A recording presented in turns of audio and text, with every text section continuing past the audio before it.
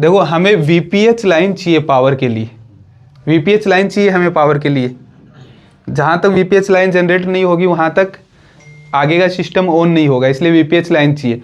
अभी हमने पढ़ा ये चार्जिंग के थ्रू आ रही थी लाइन, अभी हमने पढ़ा ये चार्जिंग, जो चार्जिंग हमने लगाया तो इसके थ्रू ये चल रहा था पूरा कंसेप्ट।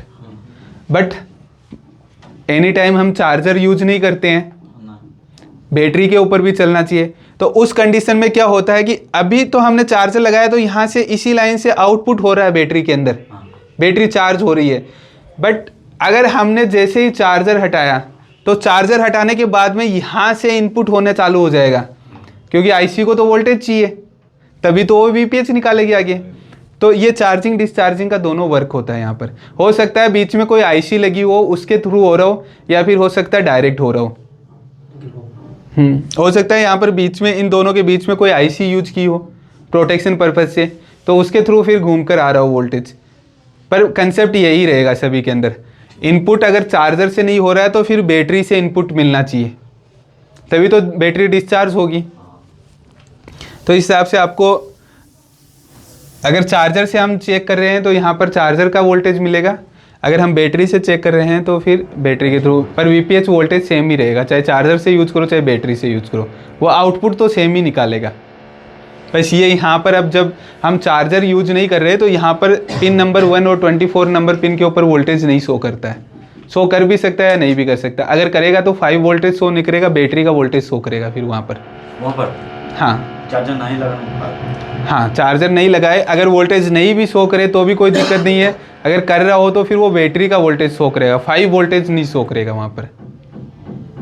ये 1 और 24 नंबर नहीं, जैसे हमने चार्जर हटा दिया, नहीं सर चार्जिंग हो रहा है या नहीं हो रहा है, इसके लिए बैटरी निकाल के चेक करना पड़ेगा। हाँ चार्जिंग अगर आपको नहीं पता चल रहा है तो आप बैटरी को निकाल दो, बैटरी को निकालने के बाद में अगर यहाँ पर आउटपुट वोल्टेज निकल रहा है तो वो बैटरी चार्ज होगी ही होगी, अगर नहीं निकल रहा है तो फिर बैटरी चार्ज नहीं होगी।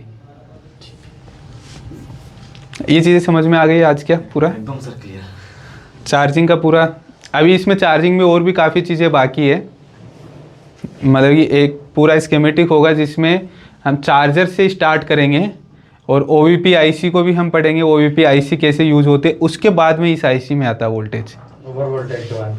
हाँ इस वाली ये जो वाली लाइन होती है, इस लाइन के अंदर एक ओवीपी आईसी लगी होती है, ओवर वोल्टेज प्रोटेक्शन आईसी, जो यहाँ से अगर उस आईसी का क्या वर्क होता है, यहाँ से इनपुट 5 वोल्टेज हो रहा है तो यहाँ पर भी वो आउटपुट 5 वोल्टेज ही करेगी।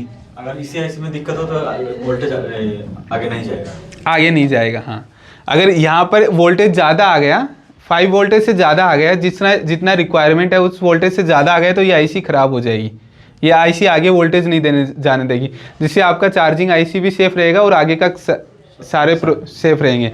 बट अगर ये चार्जिंग ये ओवर वोल्टेज प्रोटेक्शन आईसी किसी में नहीं भी यूज कर सकते, पुराने मॉडल में नहीं आती थी, अगर वहाँ पर नहीं यूज हुई है तो ये इसके अंदर भी ओवीपी आईसी होती है एक तरह से, इसका भी एक पार्ट जो होता है वो प्रोटेक्शन के लिए होता है।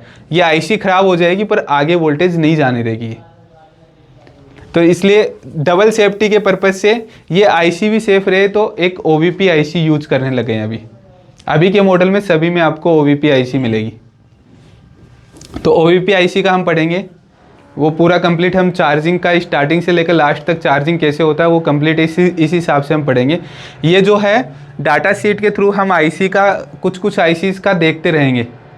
जैसे अभी हमने ये वाली आईसी का देखा डाटा शीट, अभी हम दूसरा आईसी का डाटा शीट देखते हैं। इस तरह से आपको पिक्चर बनाकर दिखाने की ज़रूरत नहीं है सभी आईसी की, हम डाटा शीट में इनपुट आउटपुट देखेंगे, उससे आपको समझ में आ जाएगा। तो यहाँ पर हम चार्जिंग आईसी और भी है, उन चार्जिंग आईसी का 1-2 आईसी का और देखते हैं अभी डाटा शीट। यहाँ पर देखो 1 2 3 4 5 6 टाइप की चार्जिंग आईसी है, तो ये वाली हम बैटरी चार्जिंग आईसी का डाटा शीट देखते हैं।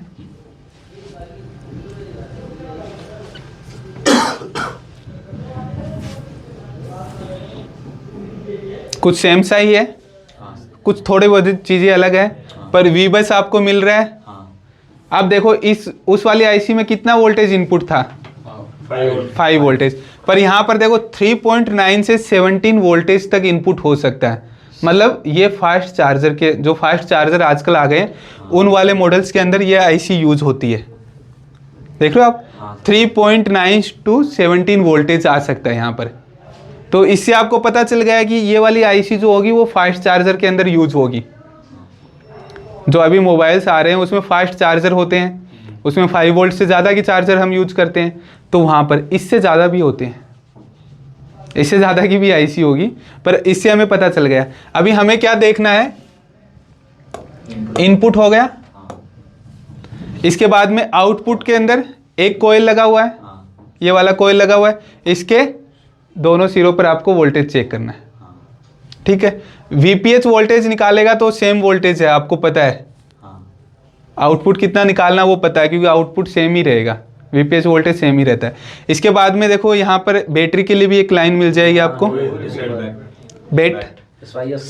सीधा बैटरी दिखा रखा है, बैटरी के पॉजिटिव सिरे के ऊपर जा रही है ये डायरेक्ट, ये बैटरी का सिंबल है, जो बैटरी कनेक्टर है उसका सिंबल है, तो ये यहाँ से डायरेक्ट बैटरी पर जा रही है, समझ आईसी का। इसमें कुछ डाटा क्लॉक की लाइन भी मिल जाएगी आपको। अब देखो यहाँ पर देखो HDA, HCL, INT और CE डाटा लाइन की चार यूज की हुई है। तो आप प्रोटोकॉल के अंदर देखना, मैंने लिखाया हुआ है कि ये चारों लाइन कहाँ पर यूज होती है, कौन सा हमारा प्रोटोकॉल यूज हुआ है।